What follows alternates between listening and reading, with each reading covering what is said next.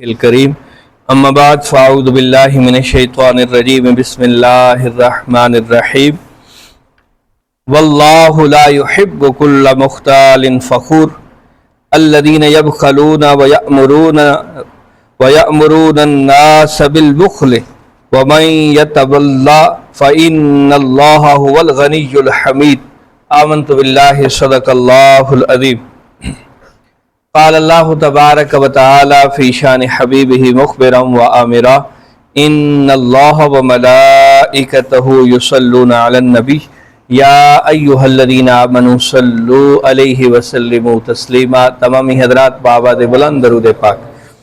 اللہم صلی علی سیدنا و مولانا محمد وعلی آل و اصحاب سیدنا و مولانا محمد وبارک وسلم وصلی علیہ۔ الصلاۃ والسلام علیک یا رسول اللہ وعلی آلک و اصحابک یا حبیب اللہ۔ الصلاۃ والسلام علیک یا شفیع المذنبین وعلی آلک و اصحابک یا رحمۃ للعالمین۔ بعد از حمد و ثنا نہایت ہی واجب الاحترام دوستو، بزرگوں، عزیز ساتھیو، ماہانہ ختم 11ویں شریف کی نشست کے اندر میں اور آپ جمع ہیں۔ میں نے پہلے بھی ایک گزارش کی تھی کہ میرا مقصد ختم 11ویں شریف کا صرف لنگر شریف نہیں ہے۔ جو مقصد تھا 11ویں شریف کا کہ اپنے لوگوں کو دین اسلام کے حوالے سے ایجوکیٹ کیا جائے، انہیں بتایا جائے، تو مختصر سا ہم نے درس ضرور رکھا ہوا ہے۔ اس کے بعد لنگر شریف تقسیم کیا جاتا ہے۔ آپ حضرات جتنے بھی معاونین ہیں، محبین ہیں اور یہ تعاون کرنے والے سب لوگ ہیں، اللہ کریم سب کو جزائے خیر عطا فرمائے۔ آج جو میرا موضوع ہے وہ ہے خود غرضی اور کنجوسی کا حکم اسلام کے اندر۔ خود غرضی ہوتی ہے کہ کسی بھی معاملے کے اندر صرف اپنی ذات کے بارے میں سوچنا، یا پھر کنجوسی بخل جسے کہتے ہیں کہ ہر معاملے کے اندر کنجوسی کرنا۔ اس حوالے سے قرآن و حدیث کے اندر بہت ساری چیزوں کا ہمیں حکم دیا گیا۔ میں نے آیات کریمہ جو پڑھی ہے، اللہ رب العزت نے فرمایا واللہ لا يحب كل مختال فخور، اللہ کسی تکبر کرنے والے، فخر کرنے والے کو پسند نہیں فرماتا۔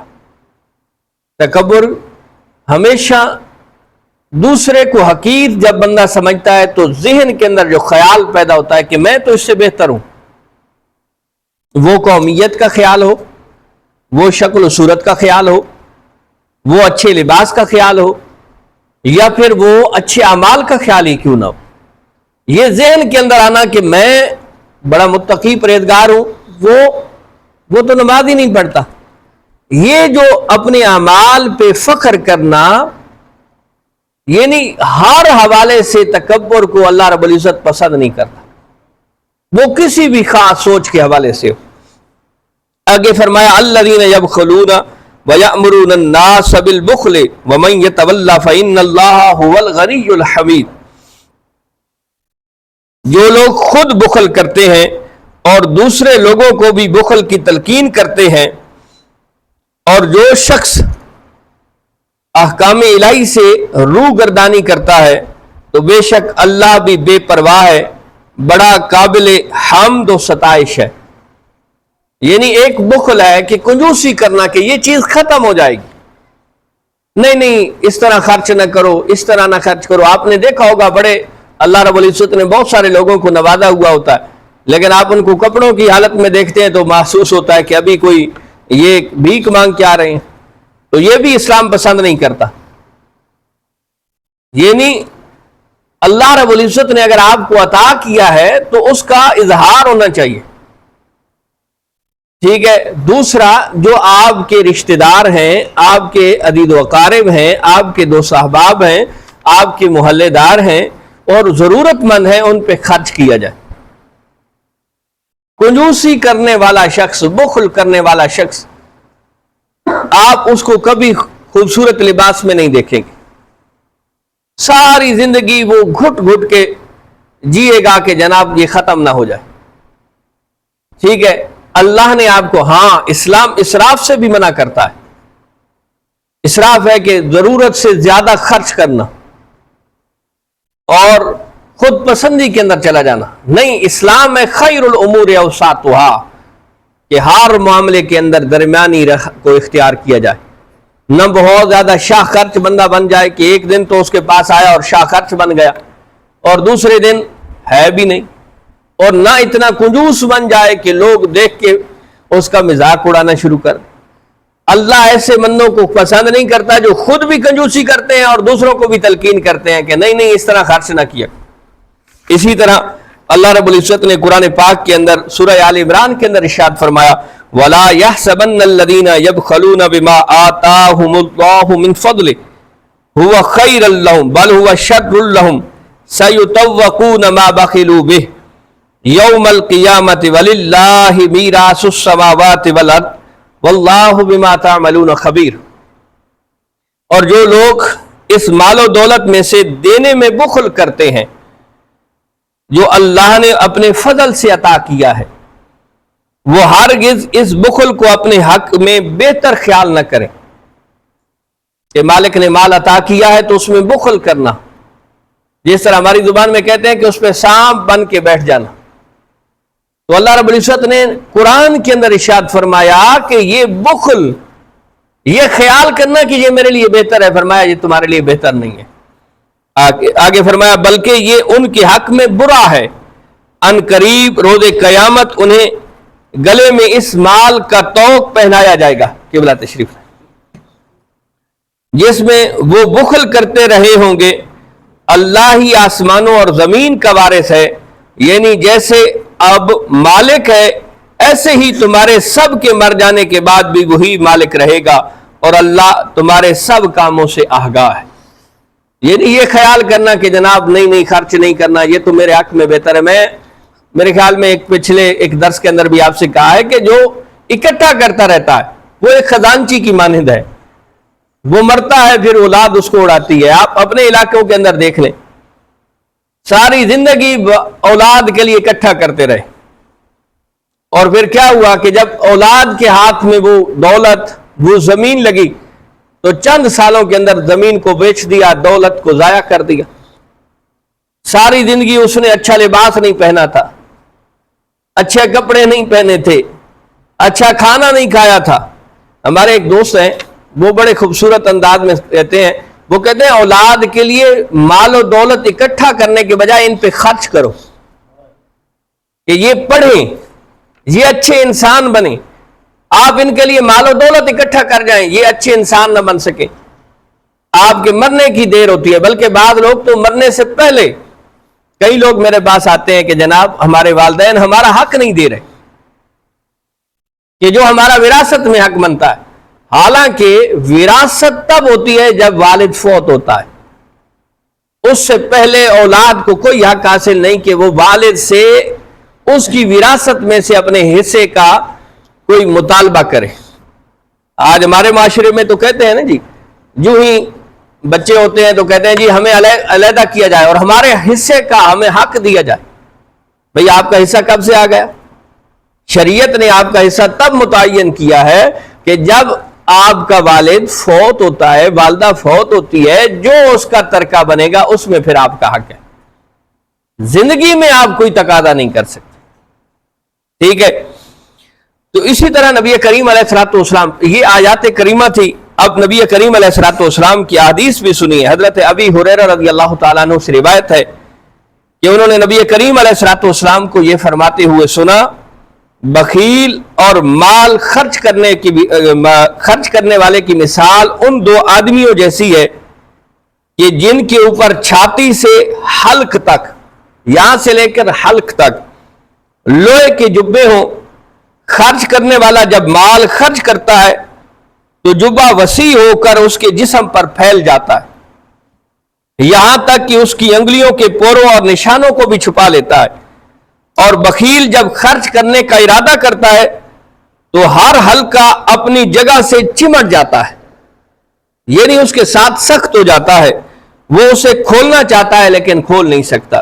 یہ بڑا تشریف لائے، جزاک اللہ، کہ یہ مثال خوبصورت انداز میں علامہ صاحب تشریف رکھ، کتنی خوبصورت انداز میں سرکار کریم علیہ السلام نے یہ مثال دی ہے کہ وہ جبہ خرچ کرنے والا جو اللہ کی راہ میں خرچ کرتا ہے اس کے لیے وسیع ہو جاتا ہے، وہ خرچ کرتا رہتا ہے، لیکن جو بخیل ہے اس پہ وہ تنگ ہو جاتا ہے۔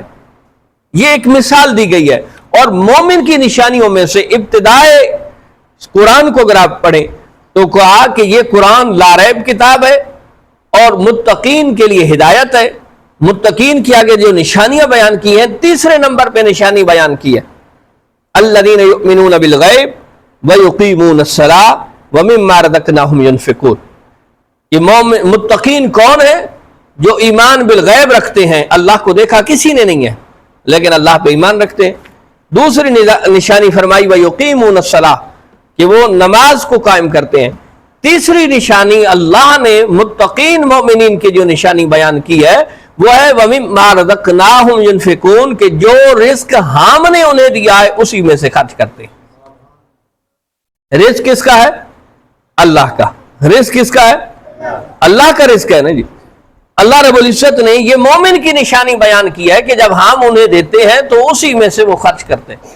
بلکہ وہ قرآن کی آیت کریمہ علماء کرام تشریف فرما ہے، اللہ رب العزت نے فرمایا من ذا الذی یقرض اللہ قرضا حسنا، کون شخص ہے کہ جو اللہ کو قرض حسن دے۔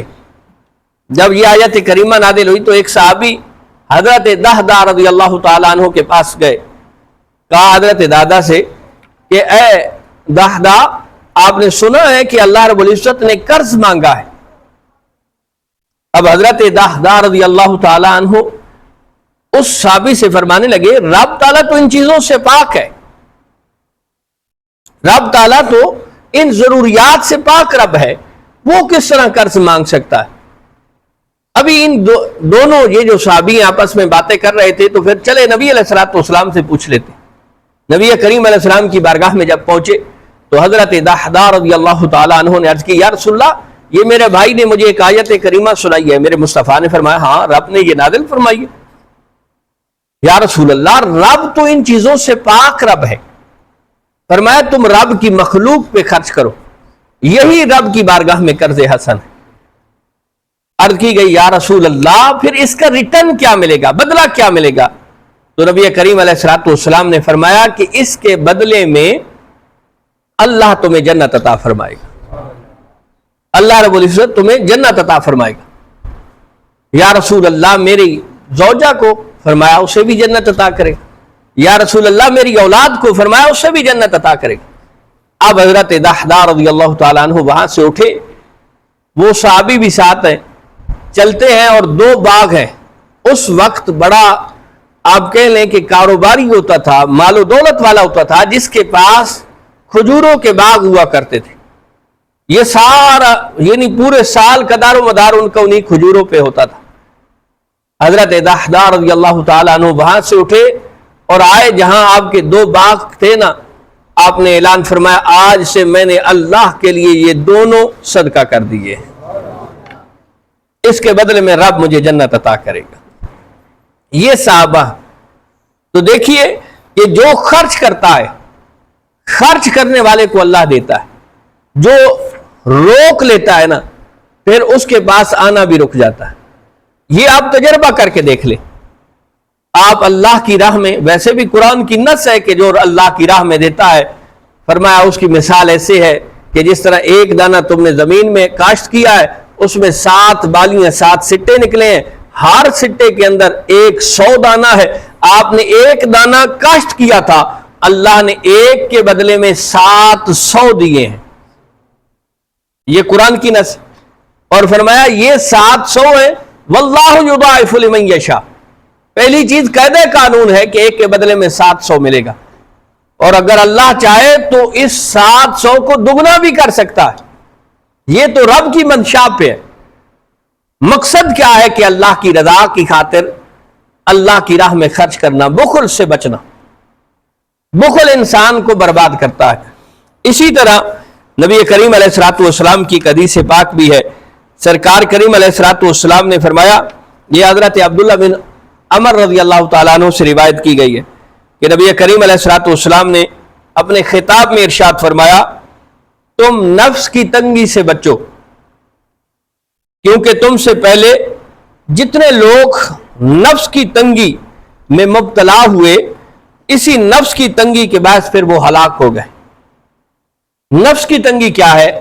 بندہ سوچتا ہے، نفس دل کے اندر یہ خیال آنا کہ جناب میں خرچ کروں گا تو پھر مجھ سے ختم ہو جائے گا۔ حالانکہ قرآن کی نص ہے یمحق اللہ الربا ویربی الصدقات، کہ اللہ رب العزت ربا کو، سود کو ہلاک کر دیتا ہے اور صدقات کو بڑھاتا رہتا ہے۔ اب ہم اگر ظاہری اعتبار میں دیکھیں تو جو بندہ سود دے رہا ہے وہ پیسے بڑھ رہے ہیں، لیکن قرآن کی نص ہے کہ رب کائنات فرما رہا ہے کہ سود سے اللہ رب العزت سود کو ختم کرتا ہے، ہلاک کر دیتا ہے۔ اور ظاہری اعتبار میں ہم دیکھیں کہ ہم کوئی صدقہ کرتے ہیں، مسجد پہ دے دیتے ہیں، مدرسے پہ دے دیتے ہیں، کوئی رشتہ دار غریب ہے اس کو دے دیتے ہیں، ظاہری اعتبار سے ہمارے پاس وہ جو کوانٹٹی ہے وہ کم ہو گئی، لیکن رب کا قرآن کہتا ہے کہ نہیں، اللہ اس کو بڑھاتا ہے۔ یہ تب ہی ممکن ہے، ایک تو اللہ کی رضا کی خاطر ہو، کوئی مفاد نہیں ہے کسی قسم کا۔ میں اکثر یہ بات کہتا ہوں کہ آپ نے اس سے سلام کی توقع بھی نہیں رکھی جس پہ آپ خرچ کر رہے ہیں۔ آپ کے دل کے اندر بھی یہ خیال نہ آئے کہ جناب میں نے مسجد کے اندر پنکھا لگوایا ہے، مسجد والے میرا نام لے رہے ہیں یا نہیں لے رہے، نہیں، اس چیز کو آپ بھول جائیں۔ آپ کے دل کے اندر یہ خیال نہیں آنا چاہیے۔ جب یہ صورتحال ہوگی تو سرکار کی حدیث بھی ہے، سرکار نے فرمایا کہ جب کوئی بندہ اللہ کی رضا کی خاطر اللہ کی راہ میں خرچ کرتا ہے تو اللہ رب العزت اسے اپنے دست قدرت میں قبول فرماتا ہے اور پھر اس میں اضافہ فرماتا رہتا ہے، اس کے اندر اس کی نشو و نما فرماتا رہتا ہے اور وہ بڑھ بڑھ کے پہاڑ کی مانند ہو جاتا ہے۔ آپ نے ایک کھجور کا ٹکڑا دیا تھا، آگے فرمایا اس نفس کی تنگی نے انہیں بخل کا حکم دیا تو انہوں نے بخل کیا، اس نے انہیں قطع رحمی کا حکم دیا۔ یہ جو نفس کی تنگی ہے تو انہوں نے قطع رحمی کی۔ قطع رحمی کیا ہوتی ہے کہ اپنے رشتہ داروں سے تعلق کو ختم کرنا۔ یہ مرض ہمارے معاشرے کے اندر بہت زیادہ بڑھ رہا ہے۔ اب تو رشتہ داروں کو جناب چھوڑیے، ہم تو اپنے بھائیوں سے بھی الگ ہوتے جا رہے ہیں، اپنی بہنوں سے تعلق ہم ختم کرتے جا رہے ہیں، چچا زاد بھائی بہنوں سے ہمارا تعلق ختم ہوتا جا رہا ہے، حالانکہ ہمارا دین تو ہمیں جوڑنے کا تعلق حکم دیتا ہے، لیکن یہاں اس معاشرے کا میں اور آپ حصہ ہیں۔ دیکھیں لوگ توڑنے میں فخر محسوس کرتے ہیں، کسی خوشی غمی پہ کسی کو بلایا جائے تو وہ ہزار گلے شکوے دیتا ہے کہ جناب اس نے فلاں ٹائم پہ میرے ساتھ یہ کیا تھا، فلاں ٹائم پہ اس نے میرے ساتھ یہ کیا تھا۔ سگے بھائی، سگے چاچے، سگے مامے تعلق چھوڑ کے بیٹھے ہوئے ہیں، چھوٹی چھوٹی بات۔ آپ حیران ہوں گے کہ اتنی چھوٹی سی بات کہ جب اس کا اظہار کیا جائے تو سننے والے ہنستے ہیں، بھئی یہ بھی کوئی بات ہے جس کی وجہ سے تعلق ختم کر دیا۔ تو علی جناب کبھی کبھار آپ کے مزاج، آپ کی طبیعت کے خلاف کوئی بات ہو گئی ہے، لیکن آپ نے صرف اللہ کی رضا کی خاطر کہ میں نے صرف اللہ کے لیے تعلق کو نہیں ختم کرنا، بے شک آپ اسے کہہ دیں کہ آپ یہ بات آپ نے کی ہے، لیکن میں نے صرف اللہ سے اس کا ریٹرن، اس کا ثواب لینے کے لیے آپ سے تعلق ختم نہیں کیا۔ میں اکثر یہ بات بھی اپنے دوستوں سے کہتا ہوں کہ کوئی نہ کوئی ہم ایسا کام کریں جو صرف اللہ کے لیے ہو، لوگوں کے دکھلاوے کے لیے نہیں ہے۔ میں آپ کے پاس آیا ہوں، آپ کہتے ہیں حضرت آپ آ گئے ہیں لہذا یہ کام تو میں اب ضرور کروں گا۔ علامہ حسن صاحب کے پاس میں جاتا ہوں، یا علامہ صاحب فرماتے ہیں جناب آپ آ گئے ہیں، پہلے میرا موڈ نہیں تھا، اب میں ضرور کروں گا۔ میرے پاس یہ علماء کرام تشریف لاتے ہیں، ہزاروں معاملات ہیں، انسان ہونے کے ناطے غلطیاں کوتاہی اور معاملات چلتے رہتے ہیں، معصوم من الخطا صرف انبیاء اور رسول ہی ہیں۔ اور میں ان سے کہتا ہوں کہ حضرت آپ تشریف لائے ہیں لہذا اب تو یہ کام میں ضرور کروں گا۔ اب یہ کام میں نے ان کے لیے کیا ہے، ان کی رضا کے لیے کیا اور ان پہ احسان بھی کیا، لیکن کبھی یہ بھی سوچا ہے کہ زندگی میں ہم کوئی ایسا کام کریں کہ جس کا ریوارڈ، یعنی یہ بدلہ اللہ سے ہم لے سکیں کہ مولا ایک تیری رضا کی خاطر یہ کام میں نے کیا تھا. یعنی زندگی میں کبھی یہ کام تو کر کے جائیں نا جناب کہ جس پہ ہم علیحدگی میں رب سے وہ کام سامنے رکھ کے کوئی بات تو منوا سکیں. میں کہہ سکوں کہ مولا تیری رضا کی خاطر میں نے یہ کیا تھا, آج میری مصیبت میں کرم فرما, میرا معاملہ حل فرما. کوئی کام تو ہمارے پاس ہونا چاہیے. ہم لوگوں سے تعلق کیوں رکھتے ہیں؟ آج تو معاشرہ بھی ایسا ہے کہ ہمارے تعلق کی ایک وجہ یہی ہوتی ہے کہ جناب کبھی ضرورت پڑے گی نا تو یہ میرے کام آئے گا. پھر اس کی بات کو ماننا, اس کا کام کر دینا کہ جناب وقت آنے پہ یہ میرے کام آئے گا. تو کبھی یہ بھی سوچ کے اللہ کے لیے کوئی ایک ایسا کام کر جائے. خیر, آگے نبی کریم علیہ الصلوۃ والسلام نے فرمایا اسی نفس کی تنگی نے انہیں گناہوں کا حکم دیا اور انہوں نے گناہ کیے. یہ جو نفس کی تنگی ہے, بخل کروایا, قطع رحمی کروائی اور گناہ کروائے. یہ نفس کی تنگی, وہ ایک بڑا شعر بھی ہے مشہور, آپ نے سنا بھی ہوگا کہ ان نفس پلید سنو پلید چکیتا سانسل پلید تنا سے. یہ جو میں ہے, یہ جو نفس ہے, یہ جو اندر بیٹھا ہوا انسان کے اندر جو معرفت الہ کی طرف ہمیں جانے نہیں دے رہا, سب سے پہلے اسے ہم نے صاف کرنا ہے.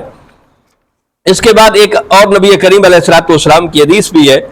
آقا کریم علیہ الصلوۃ والسلام نے فرمایا اللہ تعالیٰ نے جنت عدن کو اپنے دست قدرت سے تخلیق فرمایا, اس میں پھل لگائے اور نہریں جاری فرمائیں, اس کی طرف اپنے شان کے لائق نظر التفات فرمائی اور فرمایا اے اہل ایمان کامیاب ہو گئے.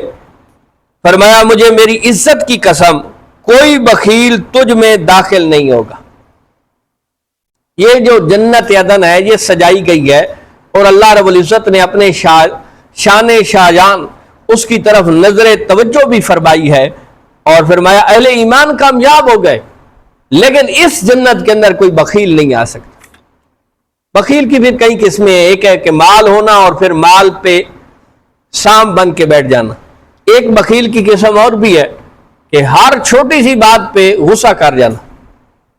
یہ بھی ہمارے معاشرے میں کہتے ہیں بڑا بخیل آدمی ہے یار, کوئی بات کرو تو آگے سے غصہ کر جاتا. ٹھیک ہے, تو بخل ہر معاملے میں انسان کو برباد کرنے والا ہے. اللہ نے آپ کو اگر عطا کیا ہے تو آپ ضرور خرچ کریں. آخر میں ہم گفتگو کو سمیٹتے ہیں. دوسرا جو ہمارا موضوع تھا کہ وہ ہے خود غرضی, کہ ہر معاملے میں صرف اپنی ذات کے بارے میں سوچنا, دوسرے کو چھوڑ دیں. جناب ہمیں کیا پتا, ہمارا معاملہ ہے, ہمارا کام ہے, ہمارا سسٹم ہے, ہمارا نظام ہے, وہ چل رہا ہے, ہمیں اس سے کیا غرض ہے. نہیں, ہمارا دین ہمیں آپس میں جوڑتا ہے.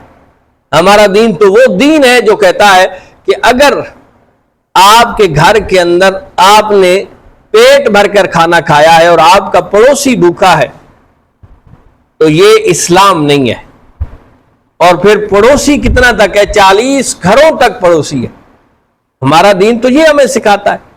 ہمارا دین تو ہمیں یہ بھی سکھاتا ہے کہ جب آپ اپنے والد کی یا کسی بھی بندے کی وراثت کو تقسیم کر رہے ہیں تو آپ کا کوئی رشتہ دار پڑوسی آ گیا ہے تو اسے کچھ نہ کچھ ضرور دیں, کچھ ضرور دینا چاہیے. آج تو الٹ چیز ہے, جو مستحق لوگ ہیں انہیں کچھ نہیں دیا جاتا. کوئی بڑا ہے یا جس حساب سے بھی ہے, اگر اس نے قبضہ کر لیا ہے, دوسرا مستحق موجود ہے, منت کروا رہا ہے, سماجتیں کروا رہا ہے, سب سے کہہ رہا ہے کہ جناب اس سے کہو کہ میرا حق دے دو, وہ اسے اپنا حق دینے کے لیے تیار نہیں ہے. حالانکہ ہمارا دین تو ہمیں کہہ رہا ہے کہ جناب آپ جب تقسیم کر رہے ہو حقدار نہیں ہے, شرعی حقدار نہیں ہے, وہ آپ کے پڑوسی ہیں, رشتہ دار ہیں, ویسے آ گئے ہیں جس طرح کوئی معاملہ ہے وہ آ کے بیٹھے ہیں, آپ تقسیم کر رہے ہیں تو اسے کچھ نہ کچھ دے دیجیے. یہ ہمارا دین ہے. ہمیں خود غرضی ہمارا دین نہیں سکھاتا. ہمیں ہمارا دین آپس میں جوڑ کے محبتوں کا حکم دیتا ہے. ہمارا دین تو ہمیں آپس میں شیر و شکر رہنے کا حکم دیتا ہے. آقا کریم علیہ الصلوۃ والسلام کی حدیث بھی ہے. سرکار کریم علیہ الصلوۃ والسلام نے فرمایا میدان جہاد کا غبار یعنی جب مسلمان جہاد کرتا ہے نا کہ پہلے دور کے اندر کہ مسلمان پیدل ہے یا گھوڑے پہ ہے یا اونٹ پہ ہے، وہ چل رہا ہے اور وہاں سے جو گرد و غبار اٹھ رہی ہے، سرکار کریم علیہ السلام نے یہ بھی ایک مثال دی ہے کہ میدان جہاد کا غبار اور دوزخ کا دھواں کسی بندے پر کبھی جمع نہ ہوں گے۔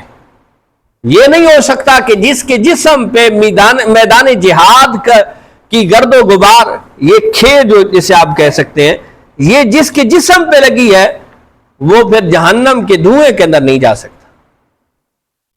اس گرد و غبار نے اس کو جہنم سے محفوظ کر لیا، ٹھیک ہے۔ اور اسی طرح فرمایا، اسی طرح بخل اور خود غرضی اور ایمان بھی کسی بندے کے دل میں اکٹھے نہ ہوں گے۔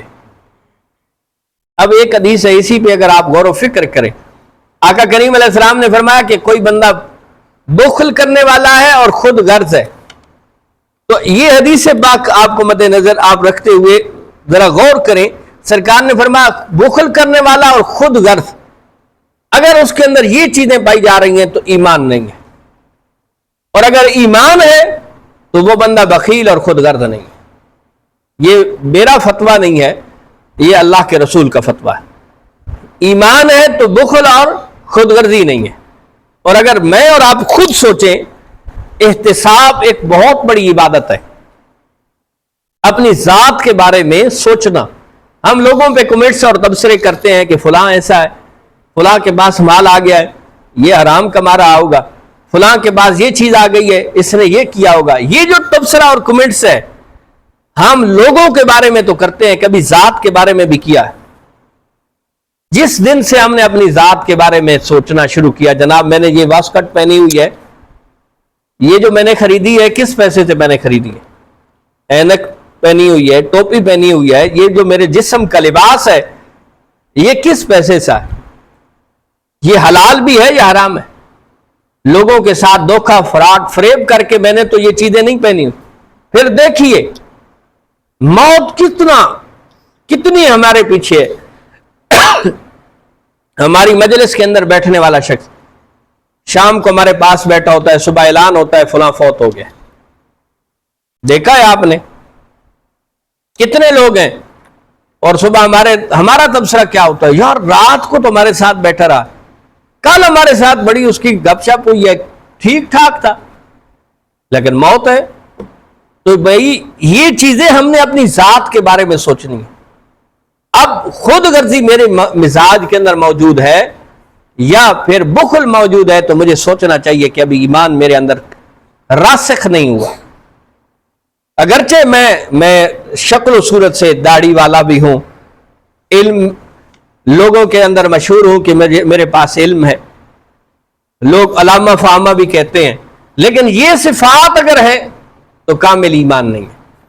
اور اگر کامل ایمان ہے، بڑا خوبصورت سا ایک سرکار کریم علیہ السلام نے پیمانہ دیا، میں اور آپ اس پیمانے پہ کوئی چیز اگر تولنا چاہتے ہیں نا جناب، تو ایک طرف وہ لکھے ہوئے وزن کے جنہیں آپ بٹے کہہ سکتے ہیں وہ ایک طرف رکھے جاتے ہیں، دوسری طرف کوئی بھی چیز کو تولا جاتا ہے، جب وہ برابر ہو جاتے ہیں پتہ چل جاتا ہے کہ جناب یہ اس کا وزن اتنا ہے۔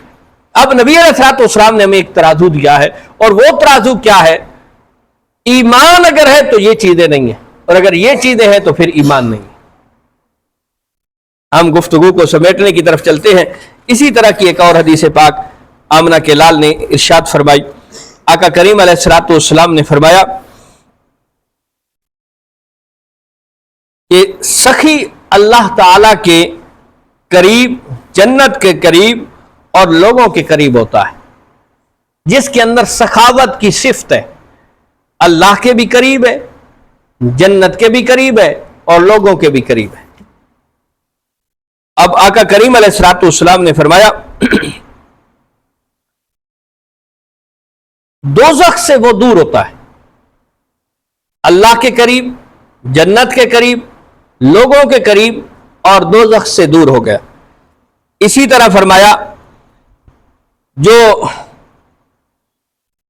بخیل ہے وہ اللہ سے بھی دور ہوتا ہے، جنت سے بھی دور ہوتا ہے اور لوگوں سے بھی دور ہوتا ہے اور جہنم کے قریب ہوتا ہے۔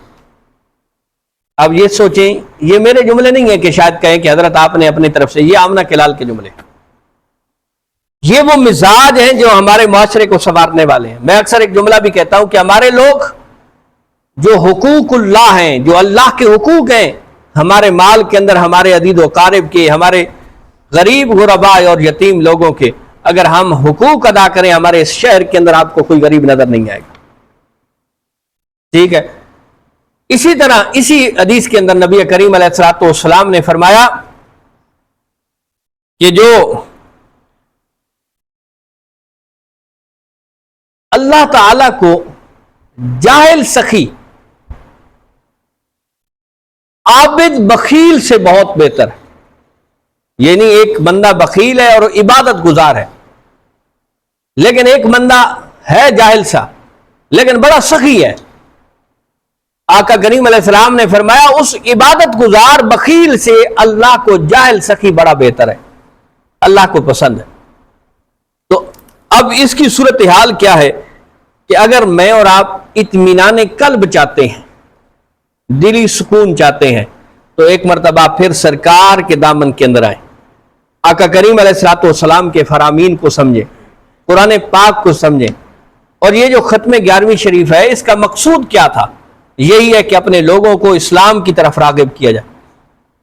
آج ہمارے ہاں صرف لنگر باقی رہ گیا ہے، اکثر جگہوں پہ لنگر کا اہتمام کیا جاتا ہے، سب کو بٹھا کے لنگر دے دیا جاتا ہے، لنگر رب کے فضل سے آپ گھروں کے اندر روزانہ کھا رہے ہیں۔ اس 11ویں کے لنگر کا مقصد کیا تھا کہ آپ قرآن سمجھیں، احادیث سمجھیں، فقہ سمجھیں اور سلف صالحین کے حکایات سے سبق حاصل کریں۔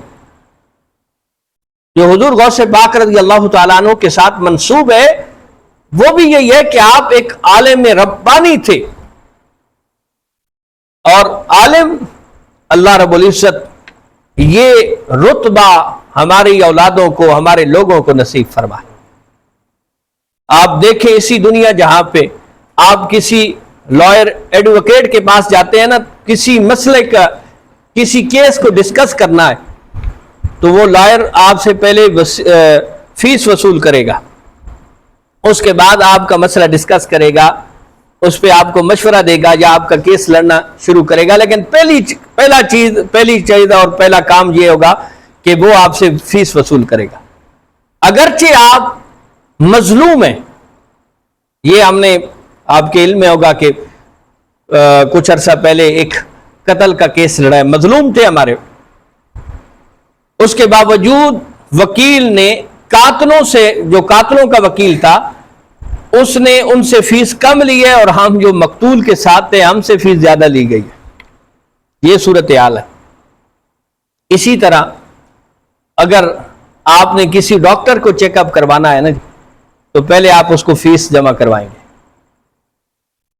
ٹھیک ہے؟ وہ آپ اس سے نہیں کہہ سکتے کہ جناب آپ نے آدھا گھنٹہ مجھے چیک کرنا ہے، نہیں۔ کئی مرتبہ آپ دیکھتے ہیں، آپ کسی ڈاکٹر کے پاس جاتے ہیں، وہ چند لمحے کے لیے آپ کو دیکھتا ہے، فیس اس نے وصول پہلے کر لی، بس وہ دوائی لکھ کے دے دیتا ہے، چلو جی۔ کسی نے نہیں کہا کہ جناب میں نے فیس دی ہے، اسے کہیں کہ کم از کم 10 منٹ تو میری بات سنیں، وہ آگے سے ڈانٹ دیتے ہیں، چلو بھائی، حالانکہ فیس پہلے دی ہوتی ہے۔ اسی طرح اگر آپ انجینئر کی بات کرتے ہیں تو انجینئر بھی وہ پیسے وصول کر کے پھر آپ کا کوئی جو کنسٹرکشن کا کام ہے کسی بھی حوالے سے، وہ آپ کی بات بھی سنے گا، آپ کو مشورہ بھی دے گا، پھر آپ کو نقشہ بھی بنا کے دے گا۔ بلکہ یہ جو ہم جس مسجد میں میں اور آپ جمع ہیں، اس کا نقشہ ہم نے، ایک سٹوڈنٹ تھا ہمارے کالج کا، ایک پاس آؤٹ تھا، میری اس سے بات ہوئی تو اس نے کہا، استاد سے بات یہ ہے کہ لوگوں سے تو ہم بڑے پیسے وصول کرتے ہیں، لیکن آپ ہمارے اساتذہ میں سے ہیں، اور پھر مسجد ہے، آج سے 5 سال پہلے اس نے 5000 روپیہ لیا تھا، شاگرد بھی ہے، مسجد کے لیے بھی ہے، اور اس کے باوجود وہ 5000 ہم سے وصول کر رہا ہے۔ اگر اسی طرح آپ پروفیسر کسی سبجیکٹ اسپیشلسٹ کے پاس جاتے ہیں، وہ کیمسٹری ہے، فزکس ہے، انگلش ہے، یا کوئی بھی سبجیکٹ ہے، وہ پڑھانے کے 10,000 روپے لیتا ہے۔ ایک ہی شعبہ آپ کو نظر آئے گا، اور وہ ہے عالم دین کا شعبہ۔ آپ جس وقت جائیں، جس مسئلے پہ